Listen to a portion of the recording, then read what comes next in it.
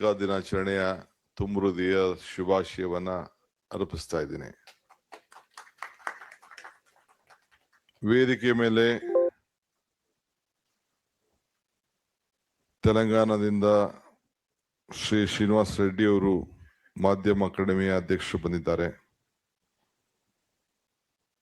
ನಮ್ಮ ಸಲಾಂ ಸುತ್ತಿಗೆಯವರು, ಹಿರಿಯ ಪತ್ರಿಕರು, ಸಂಪಾದಕರು, ವಾರ್ತಾ ಭಾರತಿ ಅವರು ಕೂಡ ತಮ್ಮ ವೇದಿಕೆಯಲ್ಲಿದ್ದಾರೆ. ನಮ್ಮ ಅಧ್ಯಕ್ಷರಂತ ಆಯಿಷಾ ಖಾನಂ ಅವರಿದ್ದಾರೆ. ಅನುಚೇತನ್ ನೂತನವಾಗಿ ತಮ್ಮೆಲ್ಲರೂ ಕೂಡ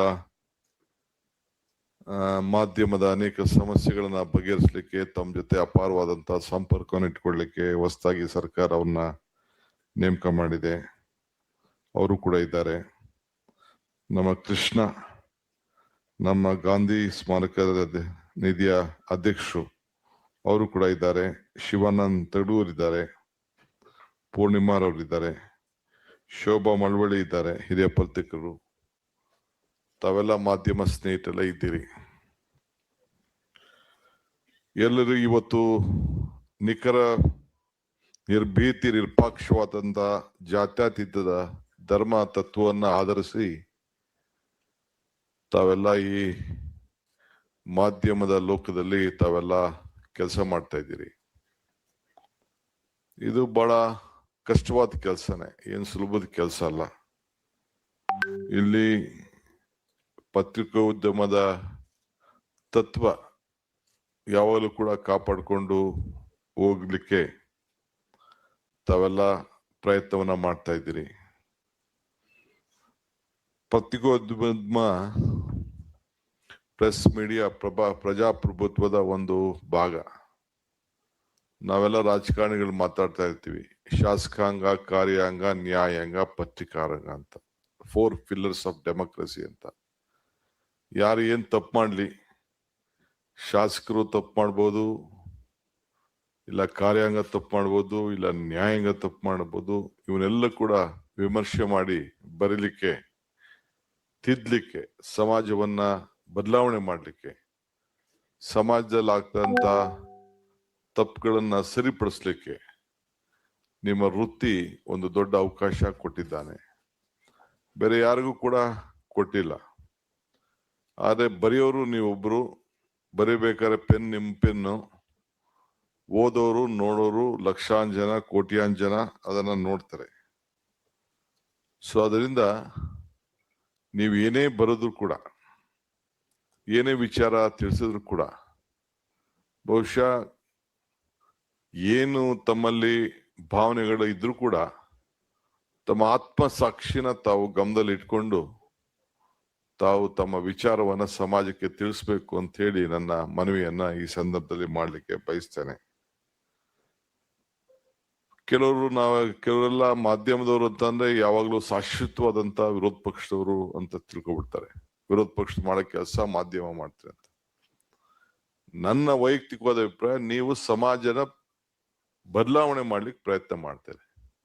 ನಾವು ತಪ್ಪು ಮಾಡಿದ್ರೆ ನೀವ್ ಯಾಕೆ ವಿರೋಧ ಪಕ್ಷದವ್ರು ಆಗ್ತೀರಿ? ನಮ್ಮನ್ನ ತಿದ್ದೋಂತ ಕೆಲಸ ಕೂಡ ನಾವೇನಾದ್ರು ತಪ್ಪು ದಾರಿಗೆ ಹೋದಾಗ ನಮ್ಮನ್ನ ತಿತ್ತಾ ಇದ್ದಾರೆ ಅಂತ ತಿಳ್ಕೊಂಡು ನಾವು ರಾಜಕಾರಣಿಗಳ ಕೆಲಸ ಮಾಡಿದ್ರೆ, ಬಹುಶಃ ಬ್ರಾಡ್ ಸೆನ್ಸ್ ಅಲ್ಲಿ ಯೋಚನೆ ಮಾಡಿದ್ರೆ ಬಹುಶಃ ಎಲ್ಲರೂ ಕೂಡ ಅನುಕೂಲ ಆಗ್ತದೆ ಅಂತ ನನ್ನ ವೈಯಕ್ತಿಕವಾದಂತ ಅಭಿಪ್ರಾಯ. ಸೊ ಎಷ್ಟೋ ಜನ ನನ್ನ ವಿರುದ್ಧ ಆಗ್ಲಿ ಬೇರೆ ಬೇರೆ ಸಂದರ್ಭದಲ್ಲಿ ಟೀಕೆಗಳು ವಿವಿಧ ರೀತಿಯಲ್ಲಿ ಬರೆದಿದ್ರು ಕೂಡ, ನಾನು ತಪ್ಪುಗಳೇ ಬರೆದಿದ್ದಾರೆ ಬೇಕಾದಷ್ಟು, ನಾನು ಇಲ್ಲ ಅಂತ ನಾನು ಹೇಳುದಿಲ್ಲ. ನಾನು ಅವ್ರನ್ನ ಯಾರೋ ನನ್ನ ವೈರಿಗಳು, ವಿರೋಧ ಪಾರ್ಟಿಯವರು ಅಂತ ನಾನು ಯೋಚನೆ ಮಾಡಕ್ ಹೋಗುದಿಲ್ಲ. ಈಗ ನಾನು ಬೆಳಗ್ಗೆ ರೊಟೀನ್ ಸುಮಾರು 6-7 ತಿಂಗಳಿಂದ ಹಾಸ್ಪಿಟ್ಲ್ಗೆ ಹೋಗಿ ರೊಟೀನ್ ಚೆಕ್ ಮಾಡಿಸಿರ್ಲಿಲ್ಲ. ಸುಮ್ಮನೆ ಅವ್ರನ್ನ ರೊಟೀನ್ ಚೆಕ್ ಮಾಡ್ಸೋಣ ಅಂತ ಬಾದದಿಂದ, ಯಾಕೆಂದ್ರೆ ಲೇಟ್ ಮಲಗ್ತಿದ್ದೆ ನಾನು, ಮಾಡ್ಸೋಣ ಅಂತ ಹೋಗಿದ್ದೆ. ಈಗ ನನ್ನ ಪ್ರೈವೇಟ್ ಸೆಕ್ರೆಟರಿ OSD ಹೇಳ್ತಾ ಇದ್ರು, ಟಿವಿಲಿ ನೀವು ಹಾಸ್ಪಿಟ್ಲಿಗೆ ಅಡ್ಮಿಟ್ ಆಗಿ ಹೋಗಿದ್ದೀರಿ ಅಂತ ಗೊತ್ತಾಯ್ತು ಅಂತ ಅಂದ್ಬಿಟ್ಟು. ಸೊ ಹಿಂಗೆ ನಿಮ್ಗೆ ಬಹಳ ಫೇಕ್ ನ್ಯೂಸ್ ಅಂದ್ರೆ ಬಹಳ ನಶೆ ಬಂದ್ಬಿಟ್ಟಿರ್ತದೆ. ಫೇಕ್ ನಶೆ. ನೆನ್ನೆ ತಾನೇ ನಶೆ ಮುಕ್ತ ಭಾರತ ಕರ್ನಾಟಕ ಮಾಡ್ಬೇಕು ಅಂತ ಹೊರಟಿದ್ದು. ನಿಮ್ಗೆ ಫೇಕ್ ನಶೆ, ಈಗ ಯಾರು ಏನೇನೋ ಹೇಳ್ತಾರೆ ಅಂತ ತಕ್ಷಣ ಸತ್ಯ ನೋಡ್ಬೇಕು. ಸತ್ಯ ನೋಡ್ದೆ ತಾವು ಬರೆದು ಬಿಡ್ತೀರಿ, ತಿಳಿಸ್ಬಿಡ್ತೀರಿ. 2 ನಿಮಿಷಕ್ಕೆ ಒಂದು ಮೆಸೇಜ್ ಹಾಕ್ಬಿಡ್ತಾನೆ ಯಾವನೊಬ್ಬ ರಿಪೋರ್ಟ್ರು. ಅವನಿನ್ ನೋಡಲ್ಲ, ಏನ್ ಸತ್ಯಾಂಶ ತಿಳ್ಕೊಳ್ಳೋಣ ಅಂತ ಪ್ರಯತ್ನ ಮಾಡಲ್ಲ. ಟಿವಿ ಅವ್ರದ್ದು ನಡೆಸ್ಬೇಕಲ್ಲ ಪಾಪ. 24/7 ವಾಚ್ಗೂ ಈ ಟಿವಿಗೆ ಎರಡಕ್ಕೂ ಸ್ಟಾಪ್ ಇಲ್ಲ. ಎಲ್ಲ ಹಗಲು ರಾತ್ರಿ ಅದು ನಡೀತಾ ಇದೆ.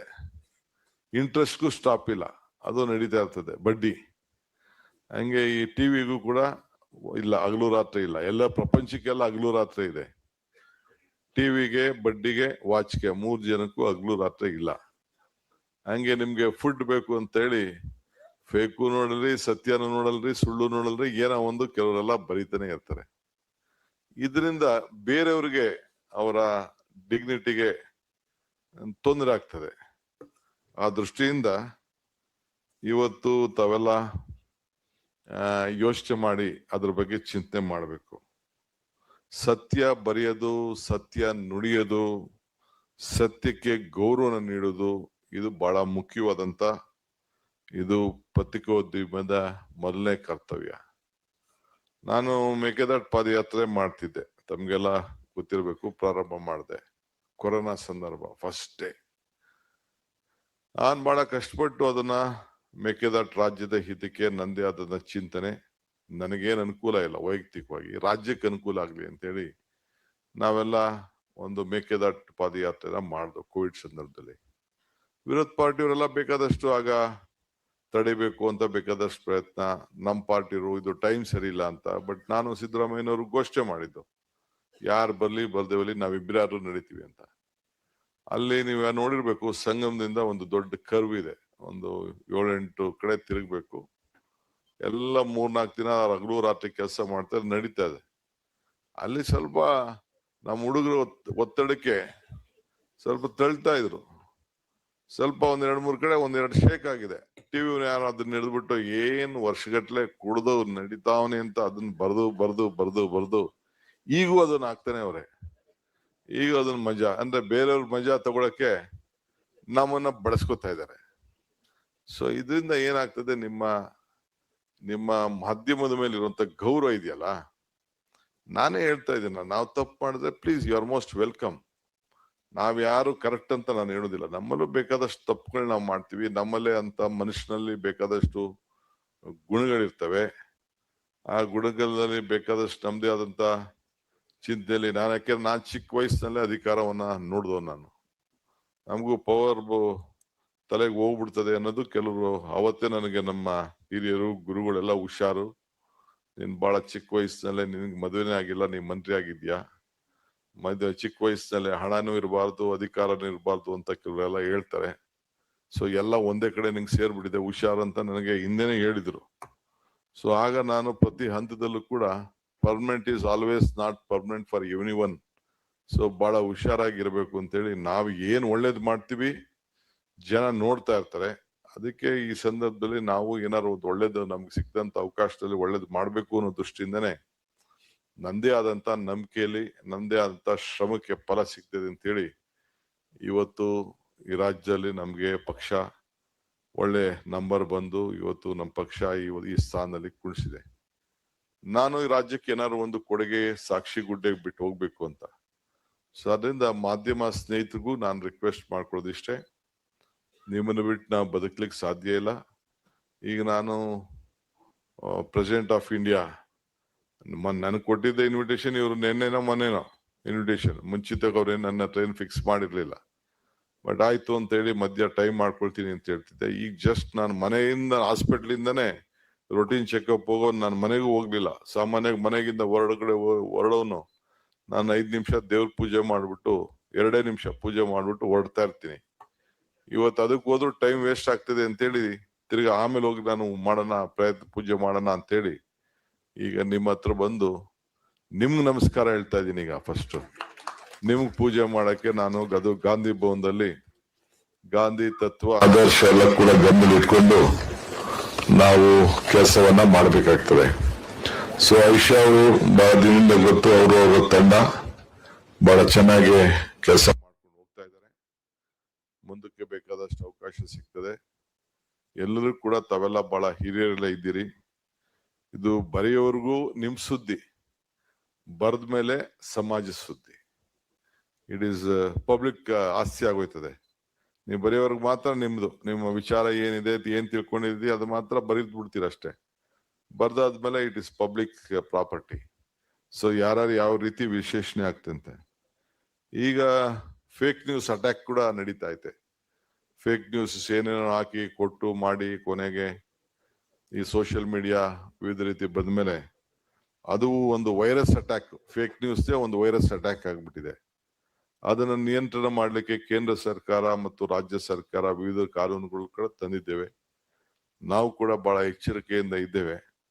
ಎಲ್ಲರಿಗೂ ಮಾರ್ಗದರ್ಶನ ಕೊಡ್ತಾ ಇದೀವಿ. ಆ ಫೇಕ್ ನ್ಯೂಸ್ ಇಂದ ದೇಶದಲ್ಲಿ, ರಾಜ್ಯಗಳಲ್ಲಿ ಅನೇಕ ಕೋಮು ಗಲಭೆಗಳು, ಬೇರೆ ಬೇರೆ ಗಲಭೆಗಳು ಎಲ್ಲ ಕೂಡ ನಡೀತಾ ಇರೋದು ಒಳ್ಳೆ ಸಮಸ್ಯೆ ಇದೆ. ಅದರಿಂದ ನಾನು ಹೇಳೋದು, ನಾವು ಸುದ್ದಿ ತರನೇ ನಾವು ನೋಡ್ಬೇಕಾಗಿದೆ. ಆದ್ರೆ ಸುದ್ದಿಯಲ್ಲಿ ಪ್ರಾಮಾಣಿಕತೆಯನ್ನ ಗರ್ಭಿಸಬೇಕಾಗಿದೆ. ಏನ್ ವಾಸ್ತವಾಂಶ ಏನಿದೆ ಸತ್ಯವನ್ನ ಬರೆದು ಸಮಾಜಕ್ಕೆ ತಿದ್ದುವಂತ ಕೆಲಸ ಜವಾಬ್ದಾರಿ ನಿಮ್ಗೆ ಸಿಕ್ಕಿದೆ. ದೊಡ್ಡ ದೊಡ್ಡ ಹಿರಿಯರೆಲ್ಲ ವಿವಿಧ ರೀತಿಯಲ್ಲಿ ನಿಮ್ ಬಗ್ಗೆ, ಗಾಂಧೀಜಿಯಿಂದ ಹಿಡಿದು ದೊಡ್ಡ ದೊಡ್ಡ ಹಿರಿಯರೆಲ್ಲ ನಿಮ್ಮ ಬಗ್ಗೆ ವಿವಿಧ ರೀತಿ ವ್ಯಾಖ್ಯಾನವನ್ನು ಮಾಡಿದ್ದಾರೆ.